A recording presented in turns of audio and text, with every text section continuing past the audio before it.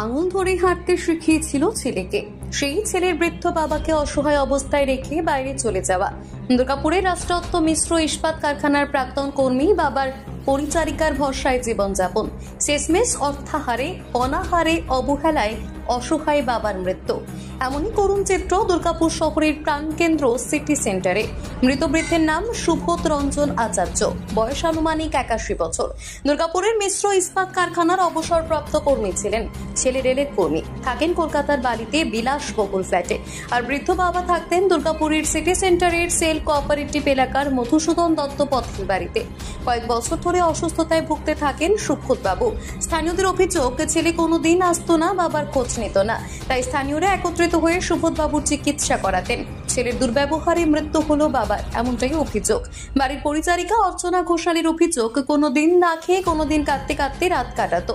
কিছুদিন ধরে বাড়তে থাকে অসুস্থতা, হাসপাতালেও নিয়ে যাওয়া হয়েছিল, কিন্তু চিকিৎসকেরা বাড়িতে নিয়ে যাওয়ার পরামর্শ দিয়েছিল। বাড়িতে নিয়ে আসার পরেও বারান্দাতেই শুয়ে থাকতো, সেই জন্য লক্ষণ রেখার গন্ডি দিয়েছিলাম। ছেলেকে একাধিকবার খবর দেওয়া হয়েছিল, কিন্তু কোনো গুরুত্ব দিত না সে। শনিবার রাতেও ছেলেকে ফোন করা হয়েছিল, কিন্তু তারপরেও কোনো কর্ণপাত করেনি। রবিবার সকালে খবর যায় সুবোধ বাবুর মৃত্যু হয়েছে। এই খবর পেয়ে পৌঁছয় দুর্গাপুর থানার পুলিশ মৃতদেহ উদ্ধার করে ময়নাতদন্তের জন্য দুর্গাপুর মহকুমা হাসপাতালে পাঠায়। ঘরে যা পেত কুড়ি খেত, প্যাম্পাস পর্যন্ত একদিন চুষল গো, সেটাও ওর ছেলেকে বলা হয়েছে, কিন্তু কোনো মতেই কেয়ার করে না।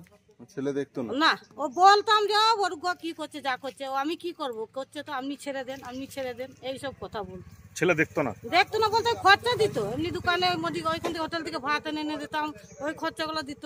আমার মাইনে তো 2,500 টাকা দিত, কিন্তু ওই এমনি এসে যে চিকিৎসা ফিকিৎসা একদিনও করাইলো না, একদিনও না।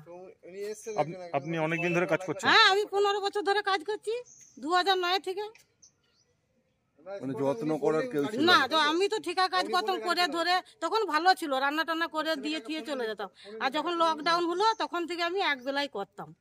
Bureau report, news hunt.